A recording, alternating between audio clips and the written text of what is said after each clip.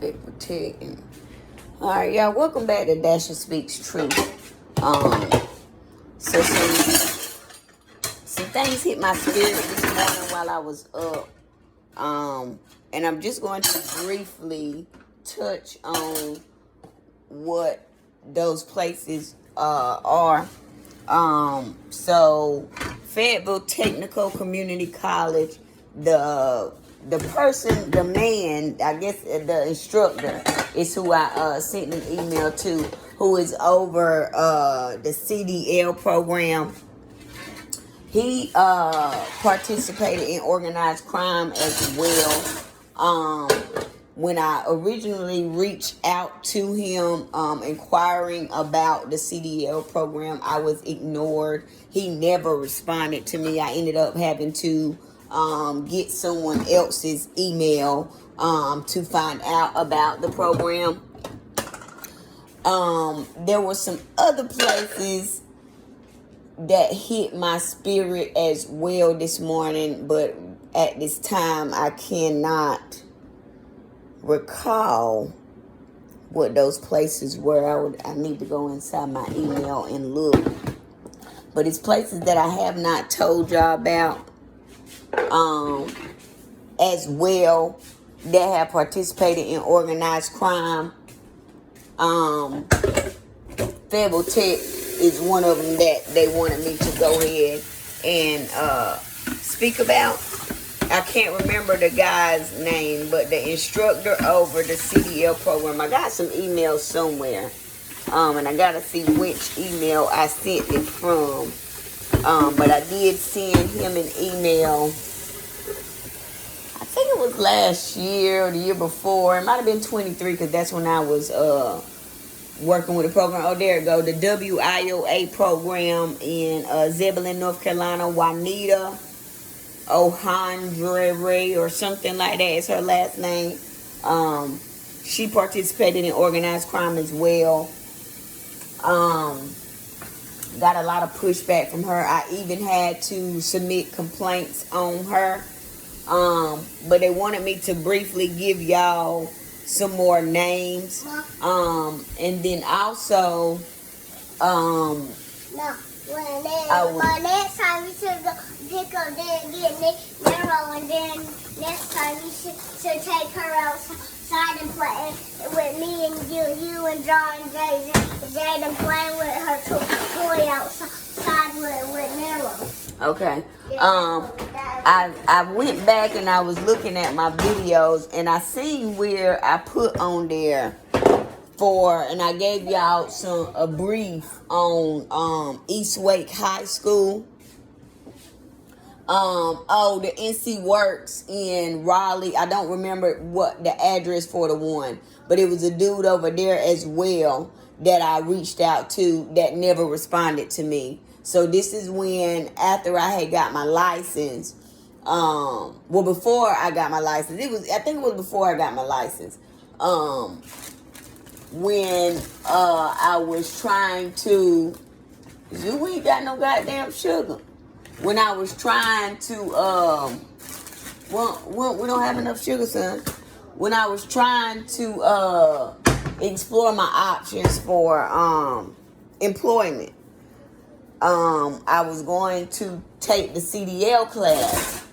And so in order to pay for it, I was going to go through the WIOA program. But they had already talked to their partners in them and told them, not to help me. So Juanita gave me a hard time. The dude in Raleigh gave me a hard time. I got emails from him too. I can't remember the address of the one in Raleigh, but I had to complain on both of them at the NC Works in Zebulon and Raleigh location. I had to submit complaints on both of them. And then the dude at Fayetteville Tech, he never responded to me. And I ended up getting a response after I reached out from someone else after realizing he wasn't responding. I think I sent him like 2 or 3 emails. He didn't respond to any of them.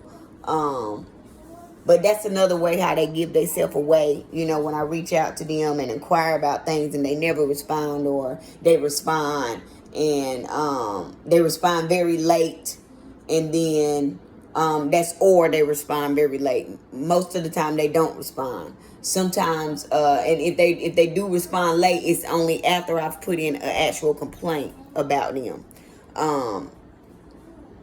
There was something else that was hitting my spirit just now too that I needed to be verbal about.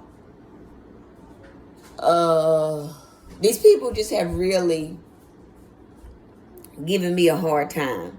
Like anything that I have tried to, implement to where I want to try to create a stream of revenue for myself, they always create problems for me, in those areas. Had a situation here recently, and I know I'm all over the place, but this is just where the energy is. Here recently, I was receiving government assistance, TANF. I was getting a TANF check, all right? And so there are certain things that the worker is supposed to do when you come into the program. So I was working with Candace McCormick over there at the Robertson County DSS, and I knew something was out for her because we had a lot, like I've submitted multiple complaints on her, and I've already told you about Robertson County DSS. And Linda Leggett over there, her crew, her team, the dude, I can't think of the other dude name right off, but it's a dude over there that's over another department. Them two. I think I already told you about when I applied for a particular position. It was a supervisor position that I qualified for, and they sent me an interview for a position that I didn't apply for. Same thing with Contemporary Fabrics. I applied for a position. They didn't give me that position, but then reached out trying to get me to come and work another position that I didn't apply for. That's another way how they give themselves away with the organized crime. Like, we're not going to give you this leadership position that you qualify for, that you apply for. But we're going to later on offer you an interview to come in and interview for a job that you didn't apply for and that they probably don't even have, because that's what happened at ManHumel as well. I got a call. She said she was calling me in to interview for a position, but then when I got there, they had me fill out an application for a position that didn't even exist and a position that wasn't even posted. And that lady's name, what was her? It wasn't Cynthia, Christina P. over there, and that was in Wilson, that ManHumel. So there are a lot of things that I haven't even spoken about that have happened to me in regards to this organized crime. But as they bring it in, and because I had totally forgot about Federal Tech and that experience. I had totally forgot about WIOA program and that experience. Like, it be in the back of my mind, like I know that I had the experience, but sometimes, like I've already told y'all, it don't come to the forefront until it come to the forefront. And so this morning while I was up, they put that in my spirit for me to be verbal about that, about those things that have happened as well, because God wants to make sure that we get every single person involved in this organized crime against me, involved in making my life a living hell, and involved in discriminating against me, retaliating against me, involved in, not giving me the opportunities that I am supposed to have the right to. If I wasn't a chosen one, it wouldn't be no problem. If I wasn't God's chosen number one, if my purpose wasn't so big, and if it wasn't people trying to get rid of me, and trying to get a reaction out of me, it wouldn't be this way. But it is what it is. I am who I am, and I'm not ashamed of who I am, who God has called me to be, who God has made me. I'm not ashamed to, be living in my purpose and walking on my path. And so I just take the blows, and, I just come on here and be verbal about it. But I have a whole lot of lawsuits. But another thing, too, that I want to touch base on, and again, I know I'm all over the place, but this is just where the energy is. I did speak about East Wake High School and about Ella Menzar is her last name. I can't call her first name right now. but she's the counselor over there. Now, I told y'all in another video months ago that she was enrolling my daughter in straight electives the whole time she was there. She wasn't enrolling her in none of her core classes. And so when it was time to register her for her 11th grade year, what it was supposed to be, because she attended for 2 years, my intuition started telling me something was off. Now, mind you, I had already been having problems with them, and I believe that this was done as a form of retaliation as well, not just because of our race, but I believe that it was also done as a form of retaliation. And I also went through the motions, which I told y'all in another video, of reporting them to the Civil Rights Division. They are a part of the organized crime too, because I was reporting a whole lot of stuff to them, and they never did anything about anything. We did have a meeting about this particular incident with this school, and I had an abundance of evidence that proved it. But you know, these systems are designed to create illusions, and they don't really do what they say that they're doing. If you pose a threat, if you're out here utilizing the services that they say,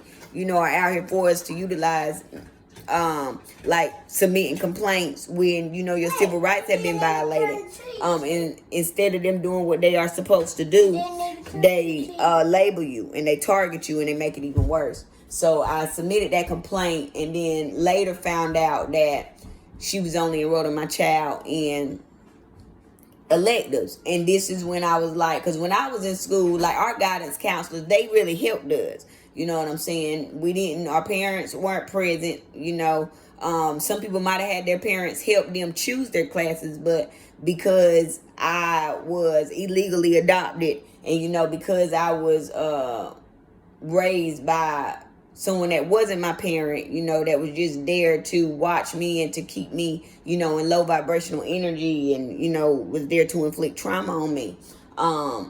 That person was never present, you know, like I needed them to be in my raising and bringing me up. But our guidance counselors where I attended school, they were very good. Like, they helped us. They really helped us. And I wasn't aware, you know, at the time, but then my intuition went off and it was like something's off. So then when it was time to enroll her in her 11th grade classes, I was like, well, I'm going to help you pick your classes. And when I decided that I was going to pick her classes, I started getting resistance from Alan Manzar. And I was asking her about, because she came home with the stuff to enroll her, like the papers to do the classes, but she was missing one of the papers. And so when I reached out and asked her about that, she was like that it was just looked over. And I was like, nah, that was done on purpose. And I know why it was done on purpose, because they didn't want me to find out that they was enrolling her in straight electives. And so when I tried to take matters into my own hands, and I tried to, you know, get what I needed to help her get the right classes and get on the right track myself, I got resistance, and I still never got that piece of paper that I needed. And then when I called Alan Manzar out on it, she didn't say nothing. And then when I told the principal, he didn't say nothing to it. And then I reported him again to the Civil Rights Division. They didn't do nothing either. So I did, you know, attempt to, because my intuition went off, take matters into my own hands when I realized that they were just enrolling her in electives. Like, she didn't have no classes that she was supposed to have. And I didn't know that until, I didn't know that they just enrolled her into electives until I went to Lumberton Senior High School trying to enroll her there. And Larry Brooks was like that she was still based off her transcript in the 9th grade because she didn't have none of her core classes. And I was like, that's when I got the epiphany. I was like, damn, that's why she didn't want to send me the remaining papers so that I could enroll her in her classes myself. She just kept saying, well, she would make sure that she was going to get her in the right classes and things of that nature. And then when I found out after going to Lumberton Senior High School, see, it all works out for my good. Because I didn't know that that's why she didn't want to give me the enrollment papers. But when I went to go try to enroll her at Lumberton Senior High School, I found out, like, damn, based off school records, she's still in the 9th grade. She ain't got none of her core classes that she need because they wanted to retaliate because I was reporting concerns and discriminate. And then, like I said, when I tried to take matters into my own hands and get the paperwork to enroll her in the classes she needed myself, I got a lot of resistance. And Alamazar, she kept saying, well, we'll schedule an appointment and I'll do it for her, and you don't have to be present and things of that nature. And I have all this in email. So that's why I keep telling y'all, I need a great lawyer, and I need a lawyer that's ready to make some money. I need a lawyer that's passionate about what they do. I need a lawyer that cannot be bribed. You know, I need a lawyer that, you know, takes their oath seriously, because I have a paper trail for everything that these people have done. You know, I'm so smart that when I catch something, I'll send an email to, you know, so I can have that verification. I have a paper trail. And so the evidence is not disputable, because this is her school record showing that she was only enrolled in electives. This is the guidance counselor who signed off on this. And I have the emails going back and forth with her where she was telling me, you know, parents you don't have to be there. I'll make sure that she gets in. When she was just lying because she wanted to continue to enroll her in electives so that when she got to the age where it was time for her to graduate, she would have to continue to attend school because she was not enrolled in the classes. But like I said, I attempted to take matters into my own hands when I realized that something was off. And like I didn't find out what was off until I knew it was something with the registration, because she didn't want to give me the papers to register her, and I still never got those papers. I only got like the class list. I didn't get the actual registration form. And then when I went to go try to enroll her at Lumberton Senior High, that's when Larry Brooks told me that all she had was electives, and that he didn't know where to place her. And it was shocking. And I'm grateful for the experience with him, because if I wouldn't have had that experience, I wouldn't have known. So I'm grateful for that. But he did too. And he even said on the video that I recorded that he was judging her based off of her past, which my daughter didn't have attendance issues her whole life. That's a lie. She didn't have attendance issues, start having attendance issues until she was kidnapped by her daddy. I think I told y'all about that experience when she was kidnapped. And then I had to go to court and get her back because the lawyer sent the mail to the wrong address. So I didn't know that I had to go to court. So I wasn't in court. He just came to my house, popped up one day after years of not seeing her, and came and took her. Wouldn't let me talk to her for 4 months. You know, tried to really tear us apart. And she fell into a depression, you know, when I got her back from that traumatic experience. And so from there, we enrolled her back. I enrolled her back into public schools here in Robeson County. And then she attended until, what grade was she in? 8th grade, I believe. And then we left and went to Washington State. And then she started school out there in Washington State. All right. And so ever since that traumatic experience that he inflicted purposely on her, trying to hurt me, because he a bitter nigga, she had fell into a depression. And so we have worked over these years to pull her out of that depression. And we've been successful with that. She is she's better now, and she's better now. So I'm grateful for that. I am a natural healer, so you know, when things are not, energy and stuff is off in my home, I know what I need to do to correct it. Like I helped her heal to the point where she is now. So she's much better. She's not as depressed. She's not as down. So she didn't start having issues until after that traumatic experience. And I know that that's what caused it, because before then she loved going to school. She didn't have a problem with getting up and going to school. She wasn't depressed or anything like that.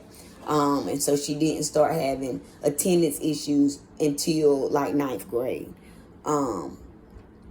But 9th grade and 10th grade, which she was supposed to be in those grades until high school, and this was after he came and did all that. But I just got on here to give y'all some more details about organized crime and about my experiences, and to clear up some things as well. But if there's something else that I need to go into more detail about, I already told y'all, as they bring it to me, I'll bring it to y'all. But I just got that. They were just reminding me to speak about this and that now, so I had to come on here and tell y'all about that stuff. But if you are liking the content, if you are enjoying hearing about my personal experiences with discrimination, with organized crime, with retaliation, with biases in these systems, give us a thumbs up, like, subscribe to the channel. I really appreciate all 205 of you who have subscribed to the channel. We are growing, we are glowing, and I am so grateful for y'all tuning in. I am here to shed the light. I'm here to break the illusions, and I'm here to share my story. I will be suing every fucking body, every person, every place, everything. I will be suing them all. God's going to send me a lawyer. He has already informed me about that, so I'm not in no rush, but this will be on the news, this organized crime ring and how these people have went against me and the things that they have done. There are things that I don't even know about that they have done, but it will be on the news. Our masks are falling off, but I just wanted to get on here and share what they instructed me to share today. All right.